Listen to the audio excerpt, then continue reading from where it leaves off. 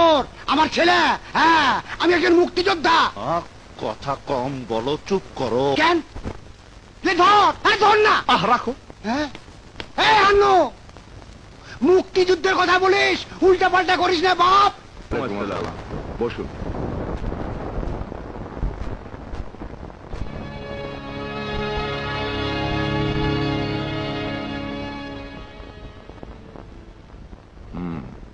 SSC কোন ডিভিশনে পাশ করেছেন? First division. HSC first division. Honours? First class. MA? First class. পড়ালেখা শেষ করেছেন কত বছর? 5 বছর।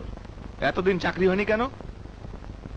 সব জায়গায় আপনাদের মতো অফিসার থাকে, বাবার টাকা নেই, ঘুষ দিতে পারি না তাই। আপনি কি মিন করতে চান আমরা ঘুষ খাই? বাইরে তেমনই বলা বলি হচ্ছিল, যারা 1 লাখ টাকা করে ঘুষ দিতে পেরেছে তাদের নাকি চাকরি আগে হয়ে গেছে। কে বলেছে? বাইরের সবাই। এসব কথা বলার জন্য আপনার কি হতে পারে জানেন? জানি। 5 বছর ধরে অন্যান্য ইন্টারভিউ বোর্ড থেকে যেভাবে বের হয়ে এসেছি, আজও সেভাবে বের হয়ে যেতে হবে। এই ছেলে, তোমাকে এইসব কথা বলার জন্য এখনই পুলিশে দিতে পারি, তা জানো? তা দিতে পারে। অপরাধটা বোধহয় আমি আপনাদের ঘুষ খাওয়ার কথা বলেছি এই জন্য না। চাকরি যে আমার হবে না এটা আমি অনেক আগেই জানি। আপনারা যেমন মাল নিয়ে এই জায়গায় বসে আছেন, ভাবছেন বাইরে যারা ইন্টারভিউ দিতে এসেছে তারা কিছুই জানে না, না? তাদেরকে আপনারা সবাই বোকা ভাবেন। আপনাদের ভুল ধারণা, ভুল। এই, তোমার লেকচার বন্ধ করো।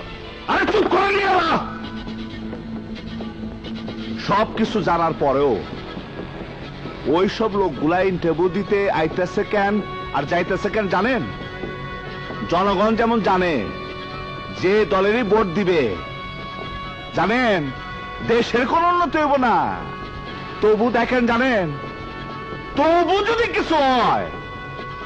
আর এরা ইন্টারভিউ দিতে আসে কেন জানেন? তবু যদি চাকরিটা হয়। আপনারা দেশে 12টা বাজে ভালেছে, খায় ভালেছেন সব। আমি ভদ্রলোকের পোড়া বলে সালাম আলাইকুম দিয়ে গেলাম, দেশটা ডুবাই দিচ্ছে। দরজা দেখো। এটা কি করলি বাপ? চুপ করো। এই যে সার্টিফিকেট। কিসের সার্টিফিকেট? মুক্তিযুদ্ধের। আরে কিসের মুক্তিযুদ্ধের সার্টিফিকেট? এ ভুয়া সার্টিফিকেট। এই সমাজের সার্টিফিকেটের কোনো মূল্য নাই, কোনো মূল্য নাই। সব শালা চোর।